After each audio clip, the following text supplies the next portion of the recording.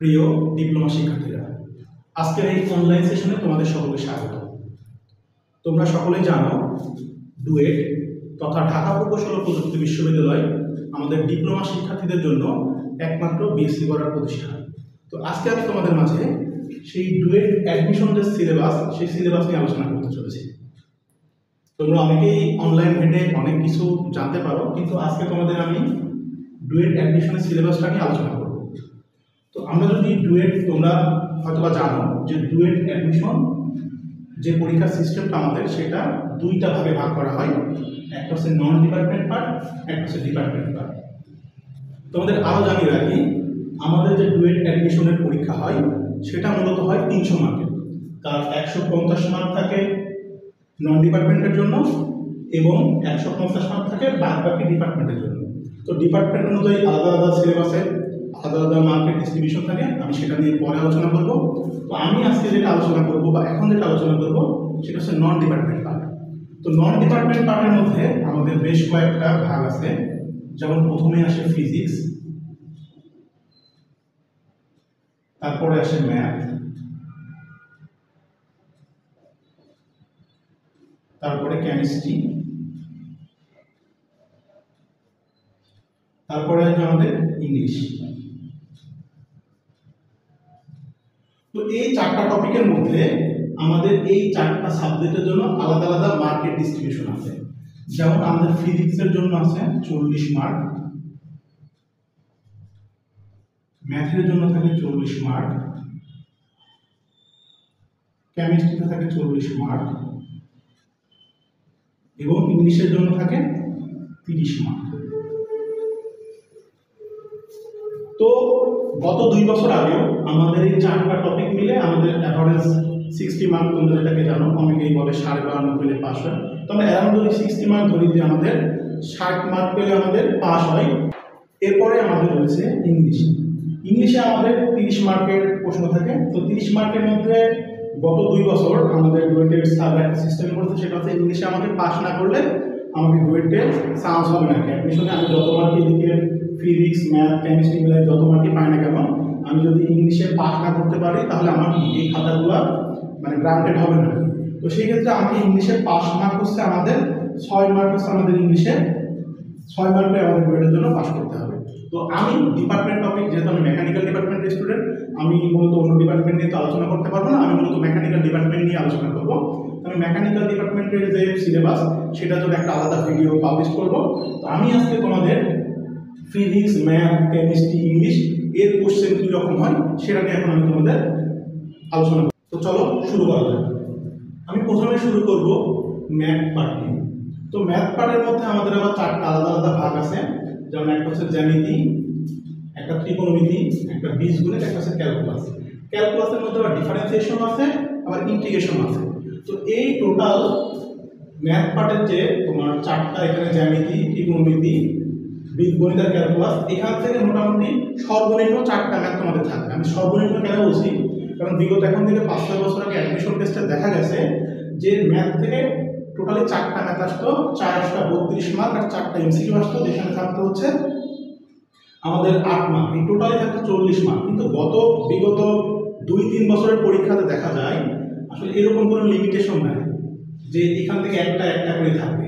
যেমন গত পরীক্ষাতে মানে 23-24 সেশনের যে অ্যাডমিশন পরীক্ষা হয়েছে, সেখানে দেখা গেছে যে জ্যামিতি পার্ট, ত্রিকোণমিতি পার্ট, বীজগণিত, ক্যালকুলাস, এখান থেকে একটা করে ম্যাথ তো মাস্ট বি ছিল, মানে 4টা ম্যাথ তো ছিলই।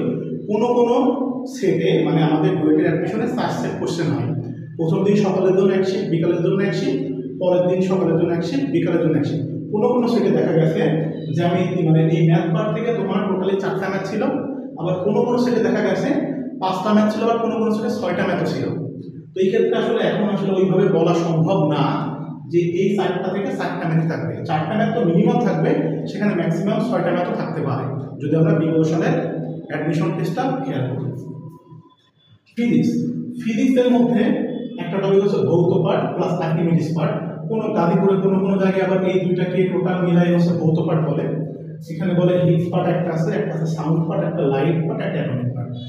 এই ক্ষেত্রেও সেম, বিগত যদি 4-5 বছর আগে যায় সেই ক্ষেত্রে এমন হয়েছে যেখানে 1, 2, 3, 4, 5টা এই 5 পার্ট থেকে 4টা ফিজিক্সের ম্যাথ আসতো। তো 4টা ফিজিক্সের ম্যাথ আসলে সেখানে 4 আসটা 32 আর 4টা এমসিকিউ। কিন্তু এতে গত 2-3 বছরে অ্যাডমিশন টেস্টে দেখা গেছে কোনো বার 4টা ম্যাথ আসছে, মানে কোনো সেটে 4টা ম্যাথ আসছে, কোনো সেটে আসছে 5টা, কোনো সেটে আসছে 6টা।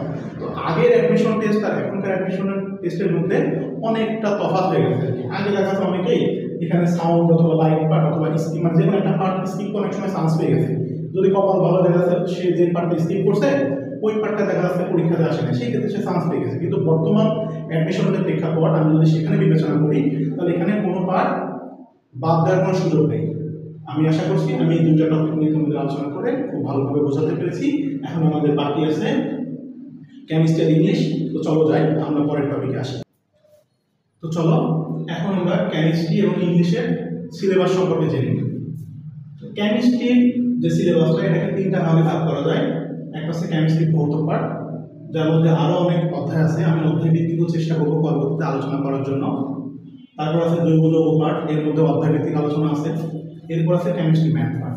তো এই 3টা টপিক মিলাই আমাদের টোটালি আমাদের প্রশ্ন থাকে 40 মার্কের।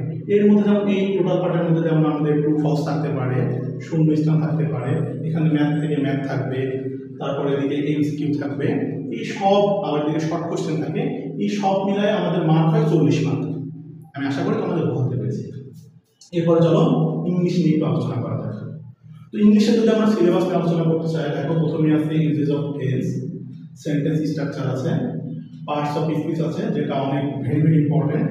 তারপর আছে ইউজ অফ প্রিপোজিশন যেটা প্রত্যেকবারই আসে, ইডিয়ম এবং ফ্রেজ এটাকেও দেখা যায় প্রত্যেকবারই আসছে, ভয়েস চেঞ্জ আছে। তারপরে আছে ইংলিশ ভোকাবুলারি ভিতরে আছে তোমার অ্যান্টোনিম আছে, সিনোনিম আছে, এরকম আরো বেশ কয়েকটা আছে। তারপরে রিডিং পার্ট আছে, তারপর আছে রাইট ফ্রম আ ভার্ব যেটাকে আমরা ভার্ব বলে থাকি, তারপর আছে ট্রান্সলেশন, তারপর আছে পাঞ্চুয়েশন মার্ক। তো তুমি এখন বলতে পারো যে ভাই এই সম্পূর্ণটাই কি আমার পরীক্ষাতে আসে? এখন কোনো সেটে আমি আগেই বলেছি সাবসেট কোশ্চেন হয়, কোনো সেটে দেখা আছে ভিতর থেকে 1টা 2টা 3টা 4টা 5টা 6টা 7টা 8টা 9টা 10টা 11টা। এখন 11টা যে আমাদের এখানে সিলেবাস আছে 11টা থেকে কি ভাই প্রত্যেক সেটে কি 11টা থেকে কোশ্চেন আসে? আসলে না, তাহলে কোনো সেটে দেখা আছে মানে এখান থেকে যদি একটা বাদ যেতে পারে, আবার কোনোটায় দেখা যাচ্ছে তোমার টোটালি আসে। তোমাদের একটা সুবিধাটা জানাই রাখি, আমাদের গত 2 বছরের পরীক্ষা তার আগের পরীক্ষাতে ইংলিশ থেকে কোনো এমসিকিউ ছিল না, কিন্তু যখন থেকে তোমাদের ইংলিশে পাস করার সিস্টেমটা স্যাররা রাখছে তখন থেকে ইংলিশ থেকে প্রতিবারই মানে বিগত 2 বছরের পরীক্ষাতে এই ইংলিশ থেকে আমাদের মানে 4টা করে এমসিকিউ আসছে আর কি, তোমাদের মানে পাস করার সুবিধার্থে আর কি। তোমরা বুঝতে পারছো এখানে আসলে কিছু মুখস্থ করা জিনিস আছে, যেমন ইডিয়ম এন্ড ফ্রেজ, তারপর তুমি যদি একটু বুঝে পারো তাই ট্রান্সলেশন।